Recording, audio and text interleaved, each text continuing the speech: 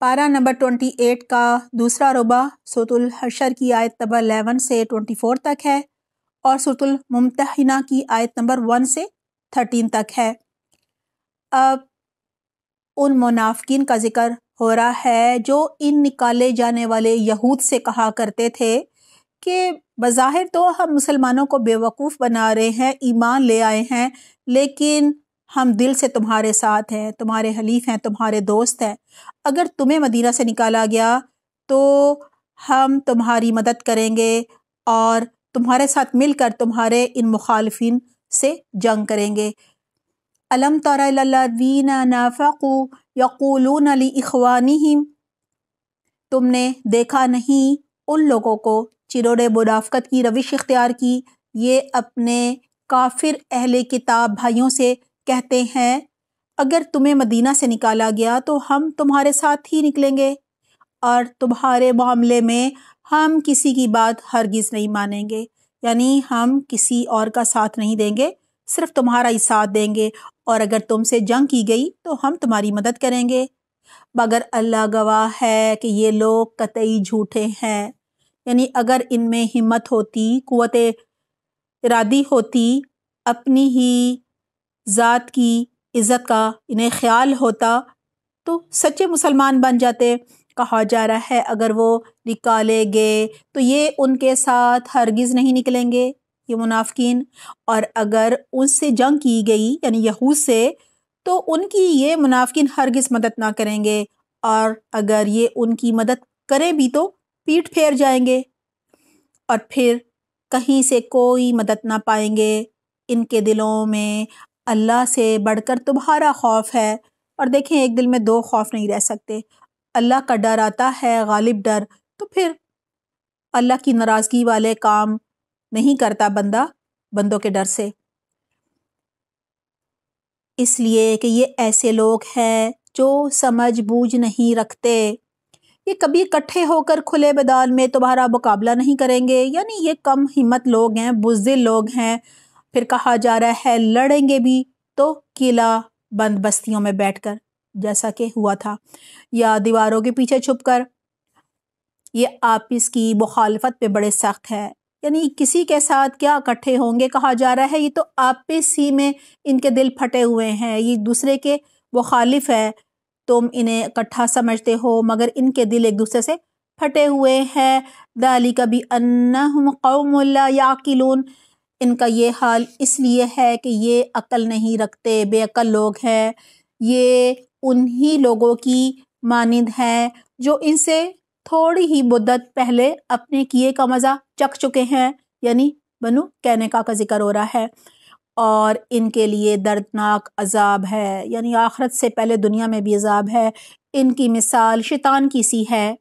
کہ پہلے وہ انسان سے کہتا ہے کہ کفر کر، اور جب انسان کفر کر بیٹھتا ہے تو وہ کہتا ہے میں تجھ سے بری ذمہ ہوں، یعنی میں تو بیزار ہوں۔ ایسا ہی ہوا تھا جنگ بدر میں۔ پھر وہ کہتا ہے انی اخاف اللہ رب العالمین،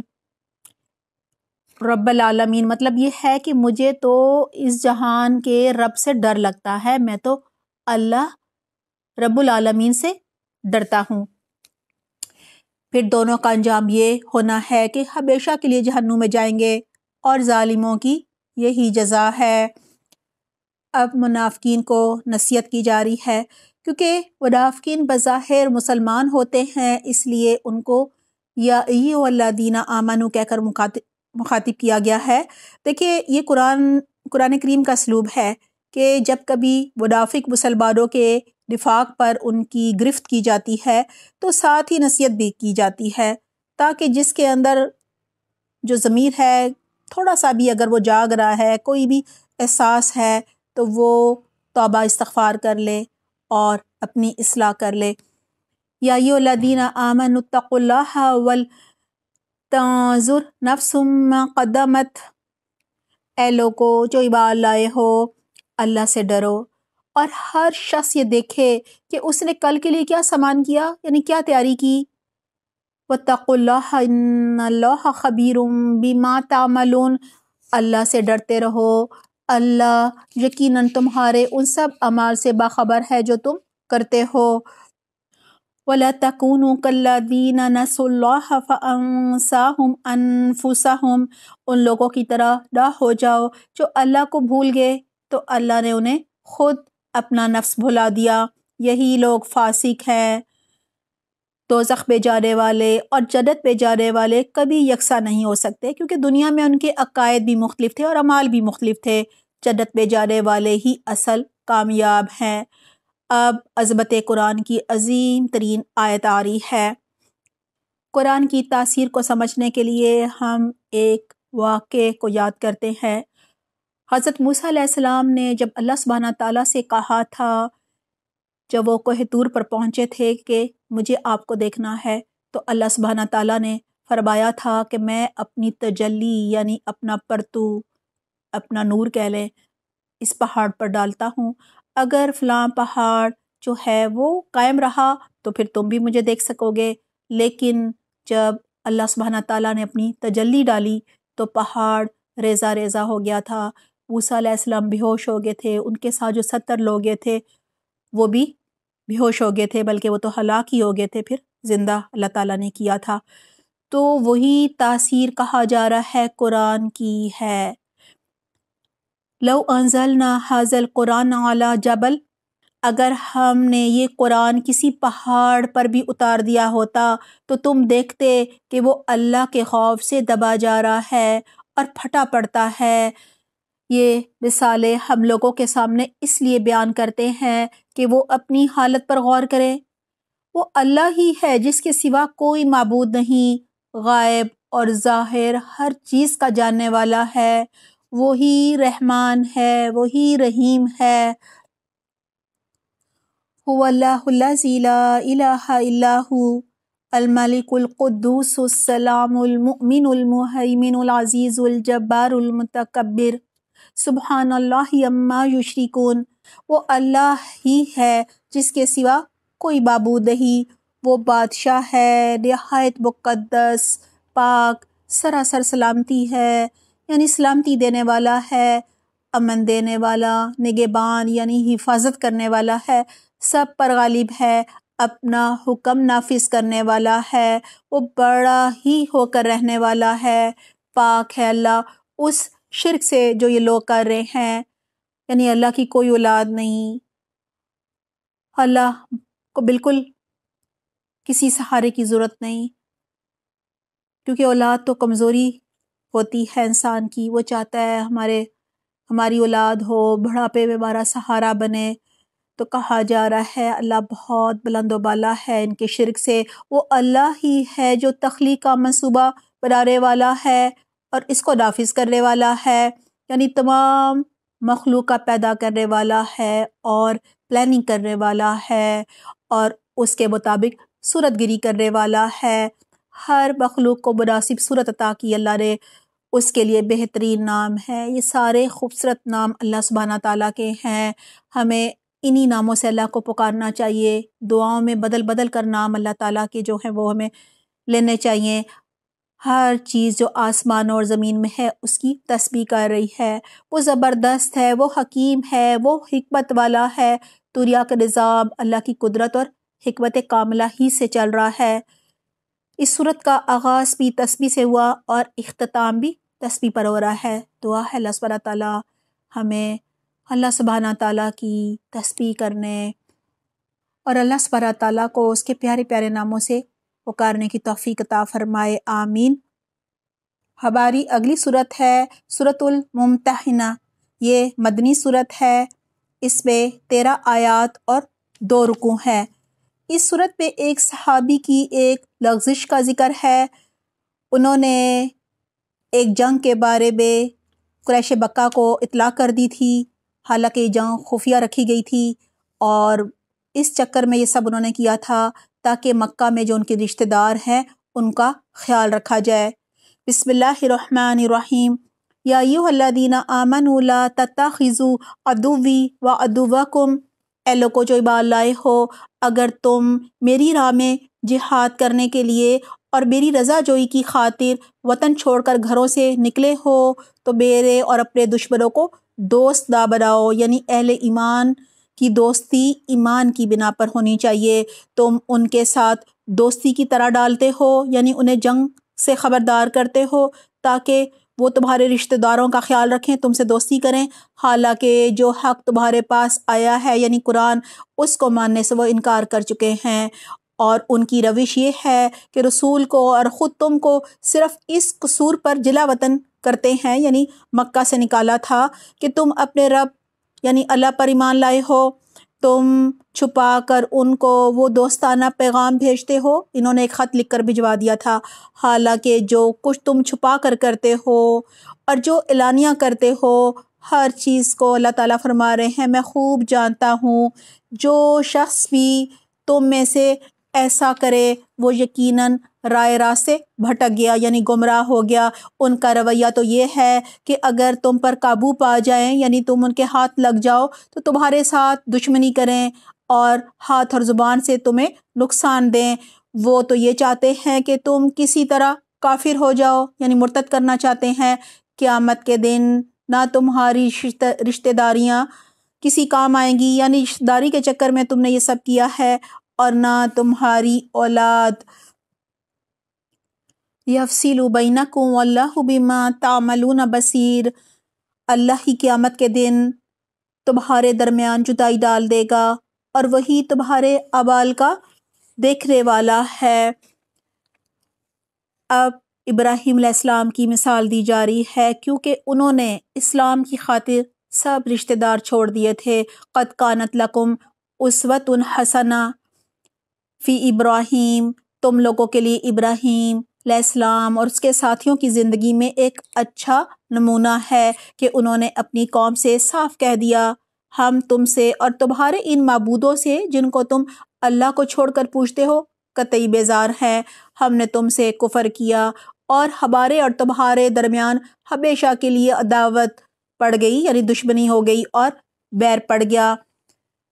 جب تک تم اللہ واحد پر ایمان نہیں لاتے، یعنی جب تک تم ایک اللہ پر ایمان نہیں لاؤ گے۔ مگر ابراہیم علیہ السلام کا اپنے باپ سے یہ کہنا اس سے مستثنیٰ ہے کہ میں آپ کے لیے مغفرت کی درخواست ضرور کروں گا، اور اللہ سے آپ کے لیے کچھ حاصل کر لینا میرے بس میں نہیں ہے۔ یعنی یہ انہوں نے کہا تھا، لیکن جب اللہ سبحانہ تعالیٰ نے بتا دیا کہ انہیں ہدایت کی، ان کے باپ کو ہدایت کی توفیق کبھی نہیں ملے گی، تو پھر انہوں نے یہ دعا کرنی چھوڑ دی تھی۔ اور ابراہیم علیہ السلام و اصحاب ابراہیم علیہ السلام کی دعا یہ تھی، ربنا علیک توکلنا و الیک انبنا و الیک المصیر، ربنا لا تجعلنا فتنة للذین کفروا واغفر لنا ربنا انک انت العزیز الحکیم۔ اے ہمارے رب، تیرے ہی اوپر ہم نے بھروسہ کیا اور تیری ہی طرف ہم نے رجوع کر لیا اور تیرے ہی حضور ہم نے پلٹنا ہے۔ اے ہمارے رب، ہمیں کافروں کے لیے فتنہ نہ بنا، یعنی ہمیں آزمائش میں نہ ڈالنا کہ وہ ہم پر اتنا ظلم کرے کہ ہم سے کوئی خطا ہو جائے یا ہم مرتد ہو جائیں، اور اے ہمارے رب ہمارے قصوروں سے درگزر فرما، بے شک تو ہی زبردست ہے اور دانا ہے۔ لَقَدْ كَانَ لَكُمْ فِيهِمْ أُسْوَةٌ حَسَنَةٌ، انہی لوگوں کے طرز عمل میں تمہارے لیے اور ہر اس شخص کے لیے اچھا نمونہ ہے جو اللہ اور روز آخرت کا امیدوار ہو۔ یعنی فائدہ صرف محمد صلی اللہ علیہ وسلم کے اسوۃ حسنہ سے وہی اٹھا سکتا ہے جو اللہ پر ایمان رکھتا ہو اور قیامت پر یقین رکھتا ہو۔ اس سے منحرف ہو تو اللہ بے نیاز ہے اور اپنی ذات میں آپ محمود ہے، یعنی اللہ کو ایسے ایمان کی ضرورت نہیں جو اللہ کے دشمنوں سے دوستی کرے۔ اللہ کو کسی کی دوستی اور دشمنی کی پرواہ نہیں ہے، وہ تو بے نیاز ہے، حمد و ثنا والا ہے، سب اس کے محتاج ہیں۔ بعید نہیں کہ اللہ کبھی تمہارے اور ان لوگوں کے درمیان محبت ڈال دے جن سے آج تم نے دشمنی مول لی ہے۔ واللہ قدیر، اللہ بڑی قدرت رکھنے والا ہے اور وہ غفور رحیم ہے۔ یہاں پیشن گوئی کی جا رہی ہے کہ اہل مکہ جو ہیں وہ عنقریب مسلمان ہو جائیں گے۔ اللہ تمہیں اس بات سے نہیں روکتا کہ تم ان لوگوں کے ساتھ نیکی اور انصاف کا برتاؤ کرو، جنہوں نے دین کے معاملے میں تم سے جنگ نہیں کی ہے اور تمہیں تمہارے گھروں سے نہیں نکالا، یعنی کافر کو ولی نہیں بنا سکتے، لیکن جنہوں نے آپ کے خلاف جنگ نہیں کی اچھا برتاؤ ان کے ساتھ کیا جا سکتا ہے۔ اللہ انصاف کرنے والوں کو پسند کرتا ہے۔ وہ تمہیں جس بات سے روکتا ہے وہ تو یہ ہے کہ تم ان لوگوں سے دوستی کرو جنہوں نے تم سے دین کے معاملے میں جنگ کی ہے اور تمہیں تمہارے گھروں سے نکالا ہے اور تمہارے اخراج سے یعنی گھروں سے نکالنے میں ایک دوسرے کی مدد کی ہے۔ کہا جا رہا ہے ان سے جو لوگ دوستی کریں وہی ظالم ہے،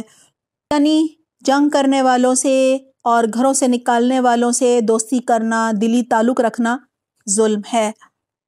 آیت نمبر 10 میں 3 کاموں کا حکم دیا جا رہا ہے۔ نمبر 1، مہاجر عورتوں کی چھان بین کر لی جائے جو خود کو مسلمان کہتی ہیں۔ نمبر 2، اگر وہ مسلمان ہیں تو کافر کا مومن عورت سے نکاح قائم نہیں ہو سکتا، جو بال کافر نے اس پر مہر کے طور پر خرچ کیا ہے وہ واپس کیا جائے لیکن عورتوں کو واپس نہ کیا جائے۔ نمبر 3، اگر مسلمان کی عورت کافر ہے تو کافر سے نکاح کر لے لیکن مسلمان کا مہر واپس کرے، اور اگر واپس نہ کرے تو وہ بھی اسی حد تک کفار کی رقم رکھ کر باقی کفار کو واپس کر دیں۔ یا ایھا الذین آمنوا اذا جاءکم المؤمنات، اے لوگوں جو ایمان لائے ہو، جب مومن عورتیں ہجرت کر کے تمہارے پاس آئیں یعنی مدینہ آئیں مکہ سے، تو ان کے مومن ہونے کی جانچ پڑتال کر لو، اور ان کے ایمان کی حقیقت اللہ ہی بہتر جانتا ہے۔ پھر جب تمہیں معلوم ہو جائے کہ وہ مومن ہیں تو انہیں کفار کی طرف واپس نہ کرو، نہ وہ کفار کے لیے حلال ہیں اور نہ کفار ان کے لیے حلال ہیں، یعنی رشتہ ازواج ختم ہو گیا۔ ان کے کافر شوہروں نے جو مہر ان کو دیے تھے وہ انہیں پھیر دو یعنی لوٹا دو، اور ان سے نکاح کر لینے میں تم پر کوئی گناہ نہیں جبکہ تم ان کے مہر ان کو ادا کر دو، اور تم خود بھی کافر عورتوں کو اپنے نکاح میں نہ روکے رکھو۔ جو مہر تم نے اپنی کافر بیویوں کو دیے تھے وہ تم واپس مانگ لو، اور جو مہر کافروں نے اپنی مسلمان بیویوں کو دیے تھے انہیں وہ واپس مانگ لیں۔ یہ اللہ کا حکم ہے۔ یحکم بینکم واللہ علیم حکیم، وہ تمہارے درمیان یعنی اللہ فیصلہ کرتا ہے اور اللہ علیم ہے، حکیم ہے۔ اس مسئلے کا حل یہ بتایا جا رہا ہے کہ مسلمانوں کی مدینہ میں رہ جانے والی کفار بیویاں مہر واپس نہ کریں تو کیا کرنا چاہیے، اور اگر تمہاری کافر بیویوں کے مہروں میں سے کچھ تمہیں کفار سے واپس نہ ملے اور پھر تمہاری نوبت آئے تو جن لوگوں کی بیویاں ادھر رہ گئی ہیں ان کو اتنی رقم ادا کر دو، یعنی وہ مسلمان جن کے پاس مال غنیمت میں سے بال وغیرہ ہیں وہ ان مسلمان بھائیوں کو مہر کے لیے رقم دے دیں تاکہ وہ نکاح کر سکے نئی بیویوں سے جو ان کے دیے ہوئے مہروں کے برابر ہو، اور اس خدا سے ڈرتے رہو جس پر تم ایمان لائے ہو۔ اب مسلمان عورتوں سے بیعت لینے کا ذکر آ رہا ہے۔ یا ایھا النبی اذا جاءک المؤمنات، اے نبی جب تمہارے پاس مومن عورتیں بیعت کرنے کے لیے آئیں اور اس بات کا عہد کریں کہ وہ اللہ کے ساتھ کسی کو شریک نہ کریں گی، چوری نہ کریں گی، زنا نہ کریں گی، اپنی اولاد کو قتل نہ کریں گی، اپنے ہاتھ پاؤں کے آگے کوئی بہتان گھڑ کر نہیں لائیں گی، اور کسی امر معروف یعنی شریعت کے احکامات میں تمہاری نافرمانی نہیں کریں گی، تو ان سے بیعت لے لو اور ان کے حق میں اللہ سے دعائے مغفرت کرو۔ ان اللہ غفور رحیم، یقیناً اللہ درگزر فرمانے والا اور رحم کرنے والا ہے۔ یا ایھا الذین آمنوا لا تتولوا قوما غضب اللہ علیہم قد یئسوا من الآخرۃ کما یئس الکفار من اصحاب القبور، اے لوگوں جو ایمان لائے ہو ان لوگوں کو دوست نہ بناؤ جن پر اللہ نے غضب فرمایا اور جو آخرت سے اسی طرح مایوس ہیں جس طرح قبروں میں پڑے ہوئے کافر مایوس ہیں۔ اس کی 2 طرح سے تفسیر کی گئی ہے۔ ایک تو یہ کہ کفار جو قبر میں ہے ان پر تو حقیقت جو ہے وہ واضح ہو گئی ہے، کیونکہ عالم برزخ میں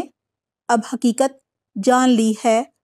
اور وہ مایوس ہو گئے ہیں کہ عذاب سے بچنے کا کوئی بھی راستہ نہیں ہے۔ اور دوسرے معنی یہ لیے گئے ہیں کہ جیسے یہ کفار مایوس ہو گئے ہیں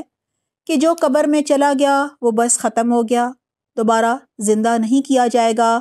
کوئی حساب کتاب نہیں ہوگا،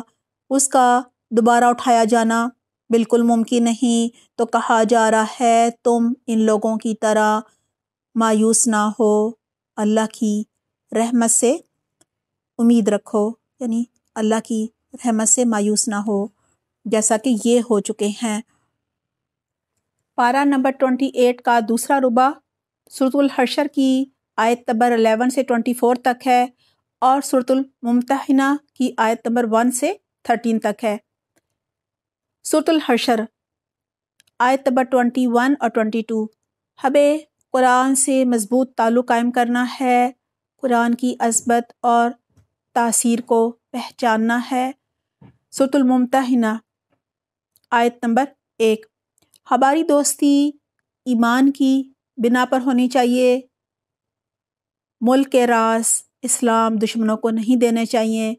آیت نمبر 2 اور 3، اگر ہم اپنی اولاد یا رشتہ داروں کی خاطر کافروں سے محبت کریں گے تو قیامت کے دن نہ تو رشتہ دار کام آئیں گے اور نہ ہی اولاد۔ آیت نمبر 13، ہمیں شرک نہیں کرنا، چوری نہیں کرنی، زنا نہیں کرنا، اپنی اولاد کو قتل نہیں کرنا، اپنے ہاتھ پاؤں کے آگے سے کوئی بہتان گھڑ کر نہیں لانا، شریعت کے احکامات کی نافرمانی نہیں کرنی۔ اللہ سبحانہ تعالی ہمیں بہترین عمل کی توفیق عطا فرمائے، آمین۔